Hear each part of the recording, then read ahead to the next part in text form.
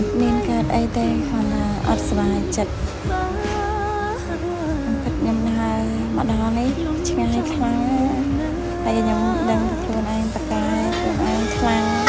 តែខ្ញុំឆ្លងកាត់មួយថ្ងៃតែមួយថ្ងៃមួយឆ្នាំតែមួយឆ្នាំនេះវារឿងច្រើនបញ្ហាច្រើនតែខ្ញុំអាចដោះស្រាយវាបានគ្រប់រឿងទាំងអស់ក៏តែសារខ្លួនឯងច្រើនឆ្នាំមកនេះខ្ញុំតកែខ្លាំងតាំងពីខ្ញុំធំនឹងក្តីម្ដងប៉ុណ្ណេះមានអារម្មណ៍ថាខ្ញុំដោះស្រាយបញ្ហាបានច្រើនហើយរឿងមួយទៀតគ្រប់យ៉ាងវាសិតតែប្រែប្រួលទាំងអស់ដូចណានឆ្នាំមុនខ្ញុំអត់ពិបាកអី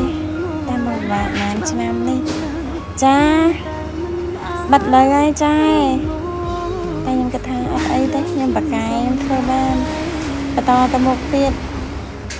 ចូលឆ្នាំហើយវាស្ងាត់តែប៉ុណ្្នឹងឯងតែយើងត្រូវតែស៊ូទៅមុខទៀត